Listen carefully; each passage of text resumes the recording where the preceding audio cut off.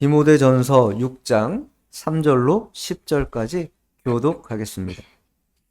누구든지 다른 교훈을 하며 바른 말, 곧 우리 주 예수 그리스도의 말씀과 경건에 관한 교훈을 따르지 아니하면 그는 교만하여 아무것도 알지 못하고 변론과 언쟁을 좋아하는 자니 이로써 투기와 분쟁과 비방과 악한 생각이 나며 마음이 부패하여 지고 진리를 잃어버려 경건을 이익의 방도로 생각하는 자들의 다툼이 일어나느니라.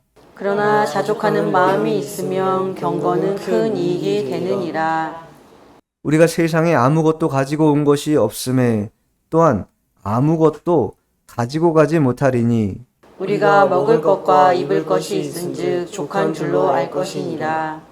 부하려 하는 자들은 시험과 올무와 여러 가지 어리석고 해로운 욕심에 떨어지나니 곧 사람으로 파멸과 멸망에 빠지게 하는 것이라. 돈을 사랑함이 일만하게 불의가 되나니 이것을 탐내는 자들은 미혹을 받아 믿음에서 떠나 많은 근심으로써 자기를 찔러도다. 아멘. 네, 오늘 말씀의 제목은 자족하는 마음, 자족하는 마음이라는 제목으로 하나님 말씀을 증거하도록 하겠습니다.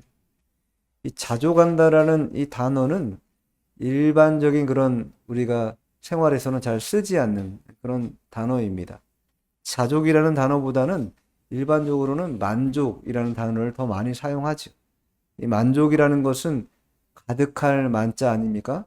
가득 채워져야 된다라는 그런 의미인데, 성경적으로 볼 때 가득 채워지는 마음, 이것을 추구하다 보니 무엇이 생기는 거예요? 돈을 사랑하는 일이 생기고 만족하는, 즉 자족하는 그러한 마음이 사라지게 되는 것이다. 이렇게 말할 수 있을 것입니다. 그래서 신앙인들에게 있어서 자족하는 마음, 옛날에는 지족하는 마음이라고 그랬는데, 지족이든 자족이든 하나님의 뜻 안에서 나에게 주어진 분량에 만족하는 것, 그것에 합당하게 여기는 것, 그것에 불만을 갖지 않는 것, 그것이 자족하는 마음이다. 이렇게 말할 수 있습니다. 이 자족하는 마음이 있을 때에 경건에 유익이 된다. 오늘 성경이 우리에게 말해주고 있는데, 성도는요, 믿음으로 이제 장차 영생을 받을 자들입니다. 물론 이미 받았죠. 그러나 궁극의 영화로움에 들어가는 날이 이제 우리 앞에 펼쳐져 있을 것입니다. 또한 그 나라에 들어가면 하나님 나라를 기업으로 상속받는, 또한 상급을 얻는 그런 자들입니다. 그러한 정체성을 가지고 이 땅을 살아가야 되는데, 그러니까 그러한 정체성에 굉장히 혼란스러움이 있다라는 거예요. 우리는 미래적으로는 내세에 대한 그런 소망을 가지고 영원한 나라를 꿈꾸며 살아가는데, 근데 이 땅에서는 또한 이 땅의 법과 이 땅의 삶의 어떤 그러한 자세와 태도를 가지고 또한 살아가야 되기 때문에 여러 가지 이게 뭐랄까 혼란스럽고 부딪히는 면들이 없지 않아 있는 것입니다. 더더욱이 이 땅에서는 순결하고 순수한 그러한 마음으로 살아갈 수 없도록 많은 부침이 있어요. 믿음에. 우리의 신앙을 시험하는 이들이 있고, 또한 복음을 회방하는 일들이 도처에서 벌어지고 있기 때문에 우리의 신심을 그대로 유지하며 끝까지 이 상향곡선을 일으키면서 나아가기가 쉽지 않은 게 현실입니다. 그러니까 우리 주변에 이러한 우리가 가지고 있는 가장 보배로운 이 복음의 이 열매들을 훼손시키려고 하는 그러한 자들이 주변에 호시탐탐 우리를 노리고 있다라는 거예요. 계시록에 보면, 자, 계시록은 한번 찾아볼게요. 16장 13절 14절 읽어보겠습니다.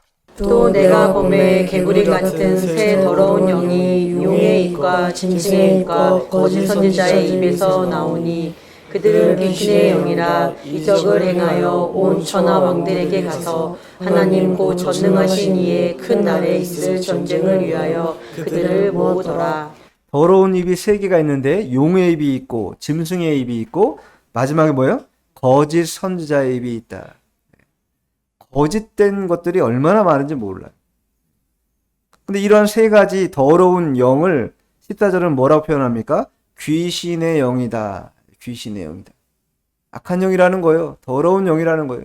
사람을 피폐하고 사망과 멸망으로 나아가게 만드는, 그가 어떠한 뭐 신분이건 뭐 어떠한 위치건 상관없이 사람을 핍절하게 만들고 또 사망 권세 아래 놓이게 만든다고 하면 그것은 귀신의 영에 쌓여 있는 것이다. 그런데 이 귀신의 영이 어떻게 하느냐? 이적을 행한다. 이적을 행할 뿐만 아니라 앞으로 있을 이 큰 나라에 있을 전쟁을 위해서 뭘 해요? 그들을 모은다. 미혹된 자들을 모은다라는 거예요. 계속해서. 어떻게 해서든지 한 사람이라도 더 미혹시켜서 더 모아가지고 영적 전쟁이 일어날 때, 그 아마겟돈 전쟁 때에 자신들의 힘을 과시하기 위해서 한 사람이라도 더 미혹시키려는 그러한 이 괴계가 세상에서 지금 펼쳐지고 있다라는 거예요. 계속해서 지금. 그러니까 오늘 본문은 그러한 면에서 이 디모데에게 바울이 이단을 그래서 경계해야 된다. 거짓된 교리를 그래서 경계해야 된다. 처음에 받을 때 다른 것을 받았는데 마칠 때 다른 것으로 마치지 못하는 그런 어리석은 선택을 해서는 안 되기에 우리가 거짓된 것들, 어떤 거짓된 교리, 그런 것에 상념해서는 안 된다라는 거예요. 뿐만 아니라 두 번째 단락에서는 무엇을 강조하는가? 재물의 욕심, 재물에 대한 탐심에 급급하면 또한 경건이 무익하게 된다. 경건의 훈련이 무너지게 된다라는 거예요. 그래서 자족하는 마음이 우리에게 요구되고 필요하다. 이렇게 말씀하고 있는 것입니다. 우리의 관심이 어디에 있는가? 성도들의 관심이 어디에 있는가? 이 땅에 머물러 있는가? 혹은 하나님 나라의 영원한 것들과 위의 것들에 더 관심을 찾고 있는가? 그것을 우리 스스로가 살펴봐야 한다라는 것입니다. 경건을 잘 정착시키고 또 유지하는 그런 일이 대단히 중요한데, 밖으로는 아까 말씀드린 것처럼 더러운 영들이 귀신의 영들이 우리를 계속 넘어뜨리려고 하죠. 근데 내가 안으로 가지고 있는 것이 아무것도 없을 때 그 외세 공격을 우리가 막아내기가, 방어하기가 쉽지가 않은 것이에요. 그래서 거짓된 교리 또한 이단 사설에 맞서기 위해서 필요한 게 뭐냐? 오늘 성경 말씀으로 따지면 그리스도의 말씀과 경건에 관한 교훈이다. 이렇게 우리가 이야기할 수 있는 것입니다. 그것이 우리의 내실을 더 단단히 하고 다져져 있을 때에만 외부로부터 오는 그런 귀신의 영들의 거짓되고 더러운 속삭임에 우리가 귀를 기울이지 않을 수 있게 된다. 그래서 시편 기자는 119편 9절로 11절까지 청년이 무엇으로 그의 행실을 깨끗하게 하리이까? 주의 말씀만 지킬 따름이니이다. 내가 전심으로 주를 찾았사오니 주의 계명에서 떠나지 말게 하소서. 내가 주께 범죄하지 아니하려 하여 주의 말씀을 내 마음에 두었나이다. 이렇게 신앙을 고백한다라는 거예요. 내 행실을 어떻게 깨끗하게 할 수 있는가? 어떻게 하면 바르게 할 수 있는가? 주의 말씀을 따라 지킬 때, 주의 말씀을 따라 행할 때, 그때에 비로소 내 마음의 행실이 깨끗해질 수 있다라는 거예요. 그래서 시편 기자는 내 마음이 주의 계명을 떠나지 않기를 간절히 바란다. 이렇게 기도하고 있는 거예요. 어떤 주의 말씀이 내 마음에 항상 있기를 원한다. 왜냐하면 말씀대로 살아야, 말씀대로 살고 말씀대로 순종해야 삐뚤어지는 일이 없습니다. 말씀대로 안 살면 다 삐뚤어져요. 누가 됐건 다 삐뚤어지게 돼 있습니다. 아는 게 중요한 게 아니라 순종하는 게 중요하다라는 거예요. 간음하지 말라 10계명의 7계명이 분명히 얘기하고 있어요. 그걸 모르는 사람이 있습니까? 일반 도덕적으로 윤리적으로도 모르는 사람 없을 것입니다. 특별히 교회 안에 있는 성도들이라면 더더욱이 간음하지 말라고 하는 이 명시적인 하나님의 말씀을 모르는 이가 없을 것이에요. 그런데 얼마나 많은 사람들이 간음합니까? 얼마나 많은 사람들이 행음합니까? 교회 안과 밖 구별하지 않고 많은 사람들이 모르겠거니 사람의 눈을 피하고 속일 수 있겠거니 생각하면서 음란한 일들을 행한다라는 거예요. 그 왜 그렇습니까? 오랜 시간 성경을 듣고 말씀을 들었는데 들은 게 뭐예요? 들은 게 아무 소용이 없는 거예요. 순종하지 않기 때문에 삐뚤어진 마음을 가지고 있기 때문에 결국은 그 마음이 뭐예요? 더러운 행실로 채워져 있기 때문에 이 실천력이 거기까지 미치지 못하는 거예요. 실천력보다 외부에서 들어오는 더러운 영의 속삭임이 더 강하니까 먹혀버리는 것이죠. 말씀을 마음에 두지 못하니까 그 두지 못함 때문에 외부에서 오는 더러움이 우리를 이겨내는 거예요. 그러니 그렇게 해서는 이 삐뚤어지고 또 더러운 마음을 깨끗하게 하지도 못하고 또 바르게 하지도 못한다. 그래서 바울은 디모데를 통하여 두 가지를 우리에게 얘기해 주고 있습니다. 자, 먼저 3절 읽어보죠. 본문 3절입니다. 시작. 누구든지 다른 교훈을 하며 바른 말 곧 우리 주 예수 그리스도의 말씀과 경건에 관한 교훈을 따르지 아니하면 누구든지 한 사람도 예외 없습니다. 누구든지 다른 교훈이 뭡니까? 삐뚤어진 사상이에요. 삐뚤어진 가치. 하나님의 법을 왜곡시켜 가지고 인간 본의로 만들어낸 그 삐뚤어진 그 상태, 사상, 가치 이런 것들을 뜻하는데 그런 것들을 따라가면 안 된다라는 것이 오히려 바른 말을 따라가야 된다. 다른 교훈이 아니라 바른 말. 이 바른 말이 무엇입니까? 바른 말이 그리스도의 말씀과 경건에 관한 교훈. 이 두 가지라는 것. 즉 한마디로 말하면 건강한 말씀, 건전한 교훈 이것을 따라가야 된다라는 거예요. 그걸 더 줄이면 뭡니까? 복음이라는 거예요. 복음. 복음을 따라가야 된다. 그리스도의 말씀도 복음이요. 경건한 교훈도 복음이다. 이렇게 말할 수 있어요.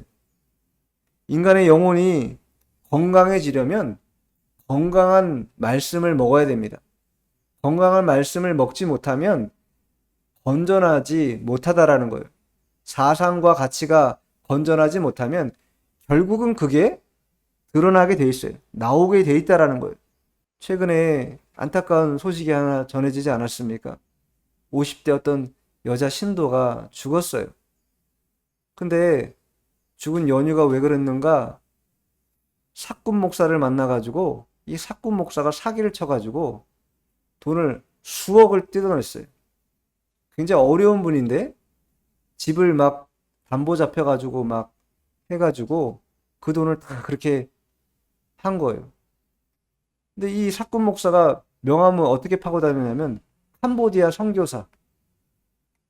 거기에다가 무슨 어떤 단체의 무슨 뭐 임원이에요. 그러면서 막 기도원 돌아다니면서 명함 뿌리면서 한 사람이 그 사꾼 목사한테 걸려가지고 뭐 온 인생을 다 망친 거나 마찬가지죠. 결국 죽었으니까. 조금만 분별력을 가졌으면 하는 그런 안타까움이 있다라는 것이 조금만 더 바른 교훈을 또 진리를 붙잡고 있었다면 그런 거짓된 속임수에 넘어가지 않고 그자가 하는 짓이라는 게 뭐냐면 미래를 본다는 거야. 과거를 보면 사람 보면 과거를 알고 미래를 다 훤히 안다는 거야. 근데 그런 얼토당토하는 그런 이야기에 마음이 다 빼앗겨가지고 가산을 다 탕진할 뿐만 아니라 생명도 잃어버리는 그런 안타까운 일이 벌어진다는 거 아니에요. 왜 그래요? 아까 계시록 16장 읽었죠? 더러운 영이 우리를 가만히 놔두지 않는다라는 거예요. 마음의 건전한 교훈이 하나님의 건강한 말씀이 가득 채워지지 않으면 우리도 언제 어떻게 그 더러운 영의 귀신의 영에 휩싸여 가지고 그런 얼토당토 않고 정말 어처구니 없는 그런 일을 선택할 수도 있다라는 거예요. 나는 아닌데요? 그거 어떻게 우리가 보장합니까? 우리가 스스로 자신할 수 없는 거 아니겠습니까? 그래서 바울은 특별히 디모데에게 다른 교훈에 대하여 마음을 두지 말라라는 거예요. 바른 말에 더 관심을 둬라. 바른 말. 그리스도의 말씀과 경건에 관한 교훈, 이 바른 말에 더 창념하고 그 교훈을 따르는 자들을 따라가라. 이렇게 말하고 있는 거예요. 근데 그러한 그리스도의 말씀과 경건에 관한 교훈을 따라가지 않는 자들의 행태, 모습이 어떠하냐? 바로 4절, 5절 딱 얘기해 주죠. 자, 본문 4절, 5절 읽어보겠습니다. 시작. 그는 교만하여 아무것도 알지 못하고 변론과 변론과 언쟁을 언쟁을 좋아하는 좋아하는 자니 자니 이로써 투기와 분쟁과 비방과 악한 생각이 나며 마음이 부패하여지고 진리를 잃어버려 경건의 이익의 방도로 생각하는 자들의 다툼이 일어나느니라. 그는 교만하다. 그리스도의 말씀과 경건에 관한 교훈을 따르지 않는 자들의 첫 번째 스탠스가 뭐냐면 교만하다라는 거예요, 마음이. 그래서 변론과 언쟁을 좋아하고 분쟁하고 사람 비방하고 악한 생각이 가득하고 마음이 뭐예요? 부패하여지고 진리를 잃어버렸기 때문에 분명히 말하죠. 5절 하반절에 경건을 이익의 방도로 생각한다. 경건을 내 이익의 방도로 생각한다는 거예요. 어떻게 하면 이 거룩함을 사람들에게 좀 보여줘가지고 좀 뭔가 나도 대접을 받을까? 혹은 나의 이 거룩성을 좀 나타내가지고 좀 나도 다른 사람들에게 좀 뭔가 도움을 받을 수 있을까? 이런 생각을 한다라는 거예요. 그것은 그리스도의 말씀과 경건에 관한 교훈을 바르게 따라가지 않는 것이다.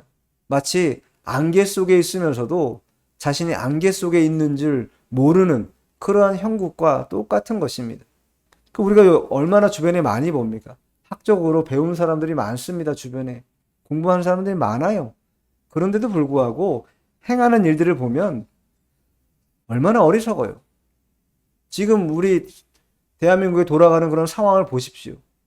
세상 지도자들이라고 말하는 그런 사람들이 행하는 행태를 보세요. 얼마나 정말로 유치원생들도 이거 하면 거짓말이라는 거 뻔히 알 것 같은데 그런 거짓말을 밥 먹듯이 해요. 무엇에 가려진 겁니까? 영적인 눈이 다 가려진 거예요. 더러운 영이 씌워가지고 교만이 들어오기 때문에 분간을 하지 못하고 자기가 가진 뭔가 어떤 힘, 세상적인 힘, 자신이 가지고 있는 배경, 그것으로 충분히 무엇을 할 수 있을 거로 생각한다라는 거예요. 얼마나 착각입니까? 존 스토트는 그런 사람들에 대해서 교만한 바보다 이렇게 말해요. 교만한 바보다. 뭔가 아는 거는 많은 것 같은데 결국은 바보라는 거예요. 아는 게 하나도 없어. 왜냐면 행실이 그걸 뒷받침하기 때문이에요. 이 교만함이라는 것은 그래서 이 신자들에게는 아주 철저하게 우리가 배격하고 거절해야 될 그러한 요소 중에 가장 큰 요소입니다. 요한복음 8장 44절에 보면 마귀의 그 모습이 드러나잖아요. 너희는 너희 아비 마귀에게서 났으니 너희 아비의 욕심대로 너희도 행하고자 하느니라. 그는 처음부터 살인한 자요 진리가 그 속에 없으므로 진리에 서지 못하고 거짓을 말할 때마다 제 것으로 말하나니 이는 그가 거짓말쟁이요 거짓의 아비가 되었습니다. 마귀는요 진리가 그 속에 없어요. 진리가 없기 때문에 거짓으로 가득 채워진 거 아니겠습니까? 그러니까 거짓으로 사람을 현혹시키고 거짓말로 자신의 일들을 꾀한다라는 거예요. 그러니 진리가 마음에 가득하지 않으면 그 거짓에 속을 수 있게 된다. 그냥 거짓의 중심에는 이 교만한 마음이 있는 것이 거룩한 것을 이용해서 자신의 이익을 삼으려 하는 자, 참으로 악한 자들입니다. 우리 주변에 상당히 많습니다. 이것을 목사라고 다 믿지 마십시오. 목사 명함 내미는 사람, 뭐 정통 교단이다, 뭐 그런 거 따질 거 없어요. 그 연유를 잘 살펴볼 필요가 있어요. 정말로 따를 만한 주의 종인가 아닌가 잘 살펴봐야지 아무나 덥석덥석 그냥 주의 종이니 하고 따라가면은 큰 코 다친다라는 거예요. 그 경건이나 거룩을 자신의 삶을 이용하기 위해서 사용하는 이들이 많이 있다라는 거예요. 자, 6절 읽겠습니다. 본문 6절 시작. 그러나 자족하는 마음이 있으면 경건은 큰 이익이 되느니라. 네, 자족하는 마음이 있으면 경건은 큰 이익이 된다. 5절 끝에 경건을 이익의 재료로 생각하는 사람들이 인해서 일어나는 게 다툼이다 이렇게 말했는데 이 자신에게 유익함을 재료로 삼으려고 경건을 취했다라는 것은 뭔가 더 채우기 위함이잖아요. 근데 그 채운다는 게 뭘 채우겠어요? 영적인 걸 채운다는 의미는 아니라는 것이에요. 물질적인 것, 세상적인 것을 더 채우겠다라는 거예요. 그러니 물질에 뭐하지 못하는 거예요? 자족이 안 되는 거예요. 채워짐이 없기 때문에 그걸 더 채우려고 한다라는 거예요. 그래서 물질적인 것을 더 채우려면 시간 더 많이 써야 되죠. 에너지 많이 써야 되죠. 신경 많이 써야 되죠. 그러면 그러한 것들을 다 쓰면서 어떻게 경건의 일들에 힘을 쓰겠습니까? 경건의 일들을 힘을 쓰려면요. 또한 동일하게 힘을 써야 됩니다. 시간을 써야 돼요. 내 모든 환경을 뛰어넘어서 그 일들을 감당하려고 애를 써야 된다는 거예요. 그럼 이 두 가지가 상충되는데 뭘 선택할 것이냐, 그러면. 자신이 만일 물질의 어떤 그러한 더 극대화, 더 많은 것을 추구하여서 거기에 힘을 다 기울이고 시간을 다 들인다면 경건을 우리 스스로가 찾을 수 없다라는 거예요. 두 가지를 다 가질 수 없다라는 거예요. 양립하기가 어렵다라는 것이. 그래서 성경에서 분명히 말하고 있는 거예요. 자족하는 마음이 그래서 필요하다. 부자들만 그런가? 가난한 사람들도 마찬가지. 이게 부하고 가난한 그런 차원의 것이 아니에요. 마음의 문제이기 때문에. 대학생들이 독거노인 봉사를 간다고 합니다. 근데 독거노인 봉사를 가가지고 가장 힘든 게 뭐냐 이렇게 질문하면 뭐라고 답하는 줄 아세요, 여러분? 독거노인이 혼자 살면 얼마나 어렵게 사는 거예요. 보통 쪽방 같은 데서 힘겹게 사는 분들이잖아요. 근데 대학생들이 가장 힘들게 여기는 것이 무엇이냐면 그 독거노인들이 사는 데 가가지고 집을 정리하는 것. 자기 한 자리에 앉아있을 공간만 놔두고 다 짐이라는 거예요. 그 작은 그 방 하나에. 그러니 너무 불편하니 이거 좀 버리고 좀 정리하고 살면은 조금 더 그래도 깨끗하고 좀 더 추위나 더위나 이런 것을 덜 탈 수 있으니 정리하고 좀 버리고 또 어르신 좀 살아보자고 이렇게 권유해도 절대 안 버린다라는 거예요. 그분들이 뭐 돈이 많아서 그래요? 그런 거 아니잖아요. 그러니까 돈이 많으냐 가난하냐 그 차이가 아니라는 거예요. 마음에 자조감이 없기 때문에 뭐 하는 거예요? 계속 쌓아두는 거예요. 막 집안에 막 쌓아두는 거예요. 버리지를 못해. 그러다 뭐예요? 물질 때문에 거기에 막혀가지고 죽는 거예요, 결국. 얼마나 안타까운 일이에요. 나중에도 하지만 그거 가지고 영원히 살 것도 아니잖아요. 그거 지고 살 것도 아닌데 그렇게 살아가는 사람들이 많다라는 거예요. 그래 자족이 없이 핍절된 상태를 회복하려면 뭔가 더 있어야 된다. 더 사야 된다. 더 필요로 한다. 계속 소유를 추구하는 소유지향적인 그런 사람들이 되고 만다라는 거예요. 바울이 그런데 빌립보서에서 뭐라고 말합니까? 빌립보서를 한번 찾아볼게요. 빌립보서 4장 11절로 13절까지 읽어보겠습니다. 내가 궁핍함으로 말하는 것이 아니니라. 어떤 형편에든지 나는 자족하기를 배웠노니 나는 비천에 처할 줄도 알고 풍부에 처할 줄도 알아. 모든 일 곧 배부름과 배고픔과 풍부와 궁핍에도 처할 줄 아는 일체의 비결을 배웠노라. 내게 능력을 주시는 자 안에서 내가 모든 것을 할 수 있느니라. 11절, 12절 말씀을 간단히 하면 바울은 자족할 수 있다라는 거예요. 자족할 수 있다. 근데 13절이 중요해요. 어떻게 자족할 수 있냐? 내게 능력 주시는 자 안에서 내가 할 수 있다라는 거예요. 바울 스스로가 막 인격이 훌륭한 사람이기 때문이거나 그가 배운 학식이 있는 사람이기 때문이거나 가진 게 많아서가 아니라 그가 여러 가지 환경과 상황과 형편을 다 두루두루 행하며 또 살아가면서 배운 그런 유익함이 있는데 바로 뭐냐?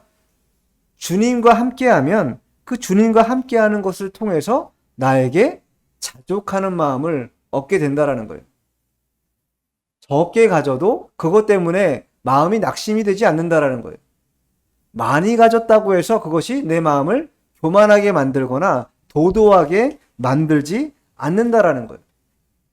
그런 일체의 비결을 내가 주님을 통해 배웠기 때문에 나는 이 땅에서 자족할 수 있다.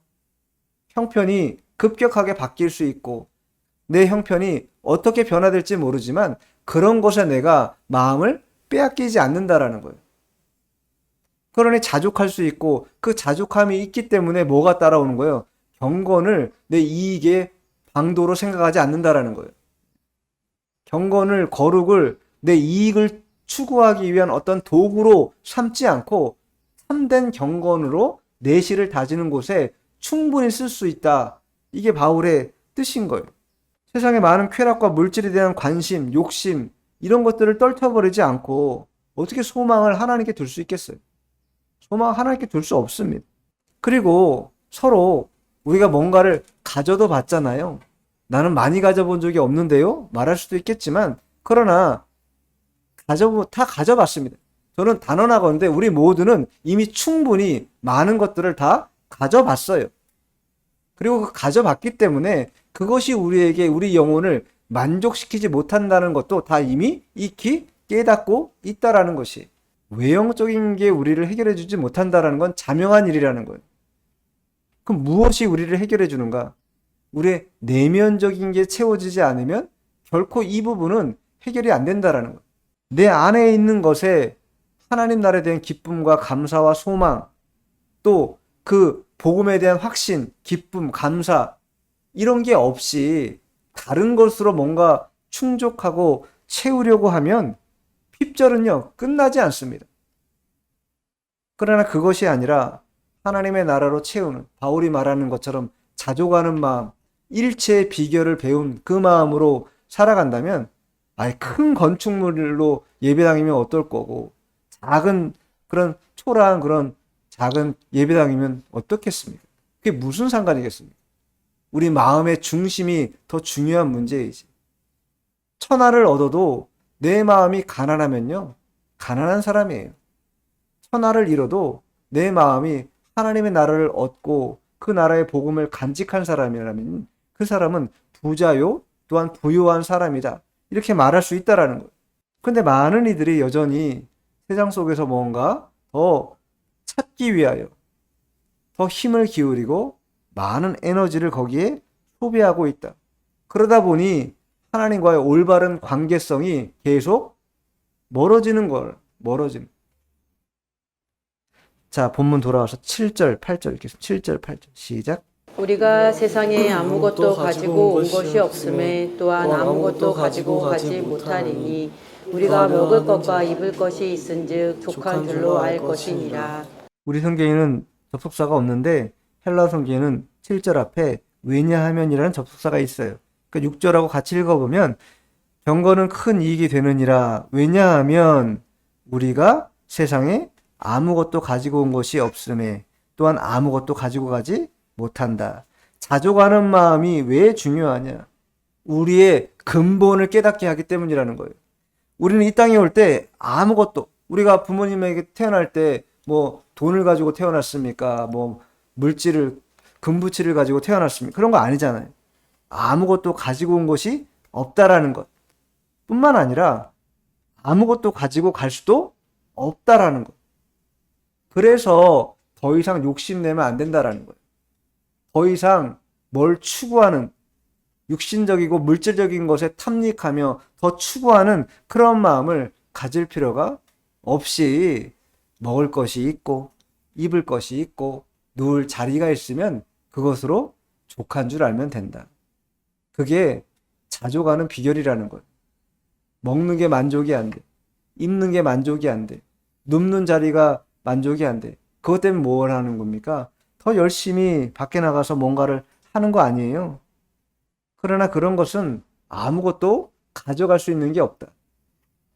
결국은 우리에게 멈추는 날이 있을 텐데 그 멈추는 날에 그것을 가지고 손에 움켜쥐고 돌아갈 수가 없다라는 것이, 예수님이 누가복음 12장 15절에 이렇게 말씀하세요. 삼가 모든 탐심을 물리치라. 사람의 생명이 그 소유에 넉넉한 데 있지 아니하니라. 탐심을 물리치라는 거예요. 사람의 생명이 소유가 많냐 적으냐 그런 데 연유되지 않는다라는 거예요. 일단 신명기 8장 3절에도 너를 낮추시며 너를 줄이게 하시며 또 너도 알지 못하며 내 조상들도 알지 못하던 만나를 내게 먹이신 것은 사람이 떡으로만 사는 것이 아니요 여호와의 입에서 나오는 모든 말씀으로 사는 줄을 내가 알게 하려 하심이니라. 사람이 육신을 안보하기 위해서 살아가는 존재가 아니라 더 궁극적으로는 여호와의 입에서 나오는 모든 말씀으로 사는 그러한 사람으로 지음받았다라는 것을 알게 하기 위하여 하나님이 때로는 핍절시키고 줄이게 하시고 또 여러 가지 어려움과 또 낮추심을 우리에게 허락하신다라는 거예요. 하나님이 우리의 필요를 모르시지 않습니다. 다 아세요.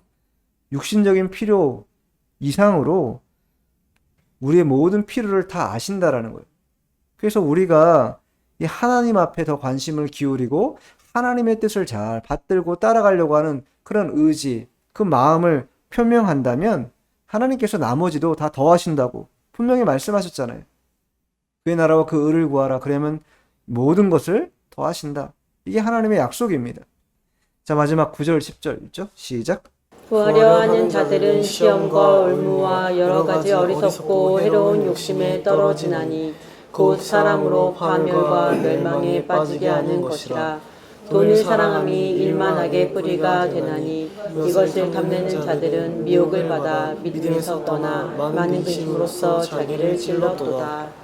최근 많은 트렌드까지는 아니라도 많은 사람들이 이렇게 영상 같은 거 올려서 어떤 거 막 추구하냐면 거짓된 거를 가지고 추구하는 건데 그것도 몇 년 안에 10억 벌기, 몇 년 안에 얼만큼 벌기 이런 거 많이 하지 않습니까? 결국은 부를 조장하는 것이죠. 부해져야 된다. 더 욕심을 내라. 더 많은 것들을 더 자산을 더 관리해가지고 더 많은 것들을 추구하라. 그렇게 말하잖아요. 근데 성경은 그렇게 하는 자들에게 반드시 시험과 올무가 있다. 그것은 어리석은 일이다. 해로운 욕심을 갖게 되는 것이고 그 욕심 때문에 떨어지게 된다. 파멸과 멸망에 빠지게 된다. 그러면서 돈을 사랑함이 일만하게 뿌리가 된다. 이렇게 말씀하고 있어요. 돈 자체가 문제라기보다 돈을 사랑하는 것, 거기에 집착하는 것, 그것에만 연연하는 것, 그것이 큰 문제가 되고 우리를 파멸로 이끌어가는 그러한 길이 된다라는 거예요. 돈에 집착할 때 따라오는 결과는 결국 미혹받는 것이 미혹받아가지고 믿음에서 떠나게 되는 것이죠. 성경은 분명히 누가복음 16장 13절에 주님께서 하나님과 재물을 겸하여 섬길 수 없다. 섬김의 대상은 오직 하나님 한 분이어야 되는데 세상에 속한 자들이 하나님만 섬기는 게 아니라 재물도 섬기는 일이 비일비재하다라는 거예요. 그러니 대표적으로 두 가지를 딱 빗대어 놓고 말씀하신 거 아니겠습니까? 두 가지 가운데 한 가지만 섬겨라. 두 가지 다 섬기려고 할 수도 없고 해서도 안 된다. 분명히 주님께서 말씀해 주셨다라는 거예요. 세상의 모든 관심을 우리가 어디에 기울이는가? 어떤 방향에 내 인생을 놓고 있는가? 더욱 누리는 것, 더 많이 쌓아가는 것, 더 많은 것들을 축적하는 것, 거기에 우리의 삶의 방향을 두면 그것은 마치 기름을 내 몸에 끼얹고 불 속으로 달려가는 것과 별반 다르지 않다. 경건을 그렇게 잘못되이 헛되이 사용해서는 안 된다라는 것이, 제가 병원에 있을 때 아무것도 모를 때죠. 예수 잘 모를 때니까. 그때 예수 처음 믿고 성경이라는 걸 읽게 됐어요. 근데 누구의 어떤 그런 권유를 받아가지고 잠언을 읽게 됐는데 아무것도 모르는 때, 그때 잠언 30장 아굴의 기도가, 지금은 내가 알지만 그때는 아굴의 기도인지도 잘 몰랐죠. 그 말씀이 마음에 확 박히더라고요. 잠언 30장 7절로 9절 한번 찾아보죠. 내가 두 가지 일을 주께 구하였사오니 내가 죽기 전에 내게 거절하지 마시옵소서. 곧 헛된 것과 거짓말을 내게서 멀리 하옵시며 나를 가난하게도 마옵시고 부하게도 마옵시고 오직 필요한 양식으로 나를 먹이시옵소서. 혹 내가 배불러서 하나님을 모른다 여호와가 누구냐 할까 하오며 혹 내가 가난하여 도둑질하고 내 하나님의 이름을 욕되게 할까 두려워함이니이다. 단순하게 우리가 가난하게 살 것이냐 부하게 살 것이냐 거기에 마음을 빼앗기는 것, 그게 문제가 아니라 중요한 건 9절인데 이 아굴이 기도하고 있는 내용이 뭐예요? 가난함과 부함, 이게 문제가 아니라 결국은 내가 하나님을 떠날까? 혹은 하나님의 이름을 욕되게 할까? 여기에 다 방점이 있다라는 거예요. 하나님을 떠나면 어떨까? 부에서 하나님을 떠나면 어떨까? 모른다면 어떨까? 혹은 너무 가난해가지고 도둑질함으로 하나님의 이름을 욕보이면 어떨까? 이것 때문에 부하게도 가난하게도 말게 해달라고 오직 필요한 양식, 먹을 것과 오늘 말씀으로 하면 먹을 것과 입을 것이 있으면 그것으로 족한 그러한 삶을 아굴 또한 하고 있다라는 거예요.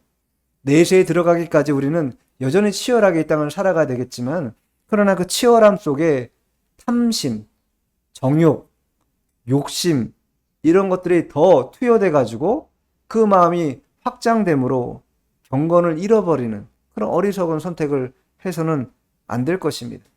그래서 우리에게 자족하는 마음이 필요하다. 자족하는 마음. 자족하는 마음이 없을 시에 이러한 일들이 벌어진다.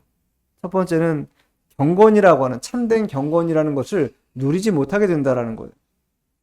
그 두 번째는 하나님의 사랑을 만끽하지 못한다. 다른 데 다 힘을 쏟기 때문에 세상을 사랑하는데 또 세상을 더 힘입어서 뭔가를 하려고 하기 때문에 하나님의 사랑을 또 은혜를 경험하는 그런 빈도수가 현격하게 줄어들 수밖에 없는 것이. 그래서 신자들은 더더욱이 자족하는 마음을 가져야 한다. 참된 경건을 맛보는 것, 또한 하나님의 사랑과 은혜를 경험하기 위해서라도 욕심내지 말고 자족하는 마음을 가짐으로 그것으로 만족하고 또 괜찮다 말할 수 있을 때 우리에게 마음의 안식도, 평안도, 감사도, 기쁨도 이 내적으로부터 흘러나오는 하나님의 은혜가 임하게 될 것입니다. 근데 만일 반대로 외부적인 것에서 무언가 계속 찾고 그것에 추구하고 그것을 따라가려 한다면 결국은 우리도 핍절됨으로 상당한 어려움을 만나게 될 것이기에 이 두 가지 양상에서 우리가 무엇을 선택하고 어떻게 걸어가야 될 것인가 자족하는 마음을 붙잡고 참된 경건과 하나님의 사랑과 은혜를 경험하는 그런 삶을 추구하는 우리가 되어야 될 것입니다. 기도하겠습니다.